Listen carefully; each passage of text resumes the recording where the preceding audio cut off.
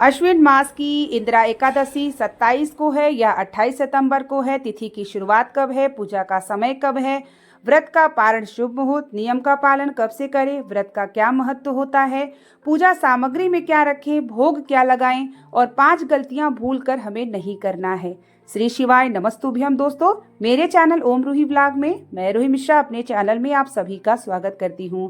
आज हम सभी वीडियो में इंदिरा एकादशी से जुड़ी संपूर्ण जानकारी प्राप्त करेंगे, तो वीडियो के अंत तक बने रहिएगा। वीडियो को लाइक और कमेंट में हर हर महादेव का नारा जरूर लगाइएगा। अश्विन मास के कृष्ण पक्ष की यह एकादशी व्रत है और इस एकादशी यानी जो पितृपक्ष में एकादशी का व्रत पड़ता है, इस दिन नियम का पालन जो व्यक्ति व्रत करता है, दान करता है, इससे उसको पूर्वजों को मुक्ति मिलती है और वैकुंठ की प्राप्ति होती है।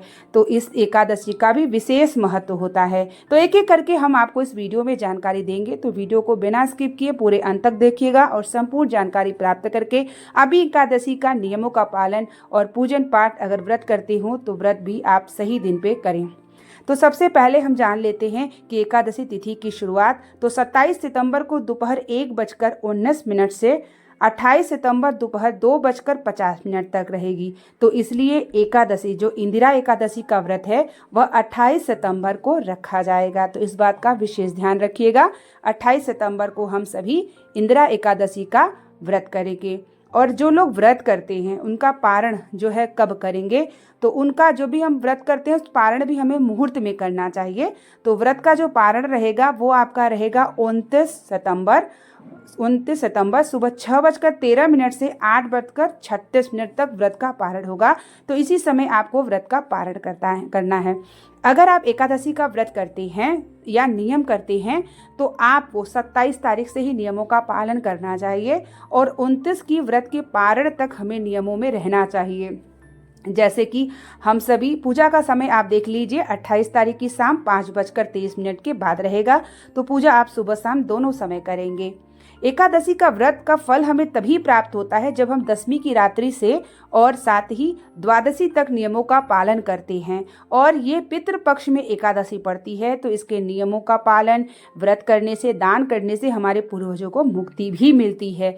तो अगर आप व्रत करते हैं तो भी आपको नियम का पालन करना चाहिए, और अगर आप व्रत नहीं भी करते हैं तो भी आपको नियमों का पालन जरूर करना चाहिए। जैसे मैं व्रत नहीं करती हूँ, मैं प्रदोष का व्रत करती हूँ क्योंकि अक्सर अगले दिन पड़ जाता है, तो लेकिन नियमों का पालन मैं विशेष रूप से करती हूँ। तो आप सभी भी एकादशी के नियमों का पालन यही होता है कि चावल का त्याग दसवीं की रात्रि से, बिना लहसुन प्याज का भोजन करना चाहिए, ब्रह्मचर्य का पालन करना चाहिए और आपके घर में श्री हरि नारायण की पूजन आराधना अवश्य होना चाहिए। साथ ही जब आप जो भी लोग व्रत करेंगे तो वो 28 तारीख को करेंगे।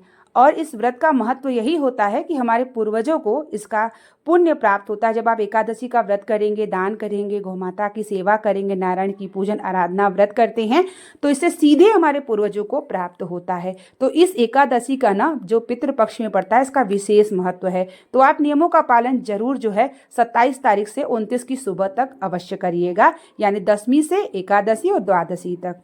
अब हम जानते हैं ये 5 गलतियां हमें भूल कर सबको कौन कौन सी नहीं करनी है।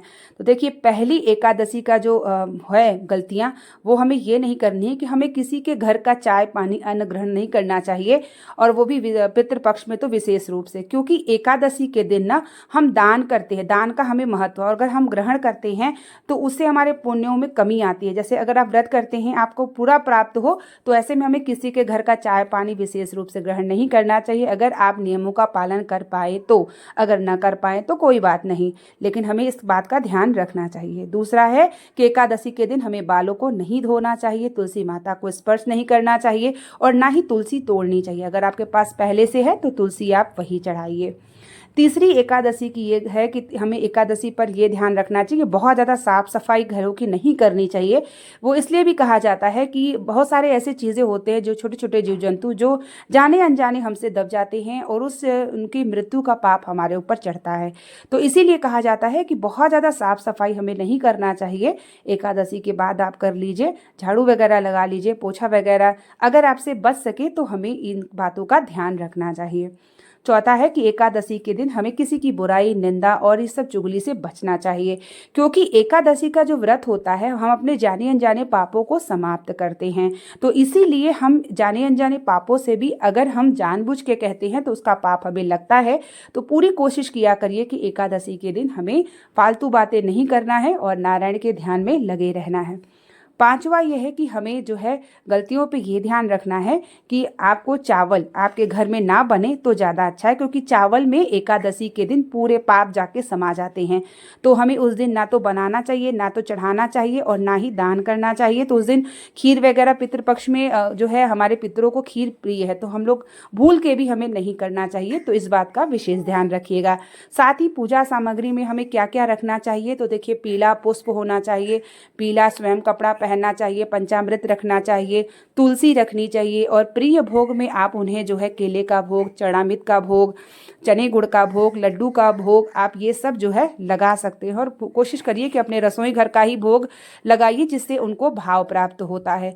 और इस दिन गौ माता को ना चने गुड़ या केला हमें जरूर खिलाना चाहिए। वैसे भी पितृपक्ष है तो विशेष रूप से ये कार्य आप सभी जो है जरूर से जरूर करिएगा। इस दिन ओम नमो भगवते वासुदेवाय के मंत्रों का जाप करना चाहिए। इस दिन केले के वृक्ष के नीचे और साथ ही अगर आंवले का वृक्ष मिल जाए तो दीपक हमें जरूर जलाना चाहिए, क्योंकि इन स्थानों पर नारायण का हमारे जो है निवास होता है। तो इसलिए इसमें ये सब कार्य अगर हमको मौका मिले तो जरूर करना चाहिए। इस दिन जो है भक्त को विष्णु सहस्त्र नाम का पाठ, एकादशी यानी इंदिरा एकादशी व्रत कथा भी हमें करना चाहिए। धूप बत्ती अगर जो है घंटी बजा करके नारायण की हमें आरती करनी चाहिए। और इस तरीके से हमें सुबह शाम जो पूजा का मुहूर्त है, जो व्रत करते हैं वो पूजा का समय कर सकते हैं शाम के समय और एक सुबह। इस दिन हमें पीले रंग का वस्त्र धारण करना चाहिए और इस दिन हमें जो है श्रीमन नारायण के मनी मन मंत्र का जाप करना चाहिए। ये सभी कार्य अगर आप इंदिरा एकादशी पर करते हैं तो आपके पूर्वजों को भी प्राप्त होता है और साथ ही हमारे पितृ संतुष्ट होते हैं, प्रसन्न होते हैं और उन्हें मुक्ति भी मिलती है। तो इंदिरा एकादशी का व्रत अगर आप नहीं करते हैं तो आप नियमों का पालन, पूजन विधि जरूर करिए। पूजन विधि के लिए मैं अगली वीडियो आपको जल्द ही शेयर करूंगी और आपको इंदिरा एकादशी व्रत कथा भी अपने चैनल पे जरूर शेयर करूंगी, तो आप सुन के भी नारायण की कृपा प्राप्त कर सकते हैं। तो जो है एकादशी का जो व्रत पड़ रहा है, इंदिरा एकादशी का व्रत, वह आपका याद रखिएगा 28 सितंबर को पड़ रहा है और व्रत का पारण भी। तो उम्मीद करेंगे कि वीडियो आपके लिए काफ़ी हेल्पफुल होगी और आपको अच्छे से समझ में आ गई होगी।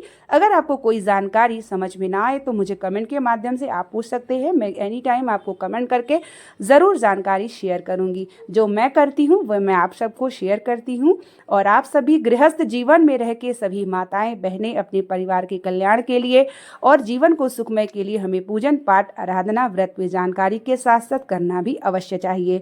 तो मिलते हैं नेक्स्ट वीडियो और नेक्स्ट जानकारी के साथ, जो कि आपको प्रदोष व्रत, महाशिवरात्रि, नवरात्रि आने से पहले हमें क्या क्या कर लेना चाहिए, बहुत सारी जानकारी आपको मिलेगी। मिलते हैं नेक्स्ट वीडियो के साथ, तब तक के लिए श्री शिवाय।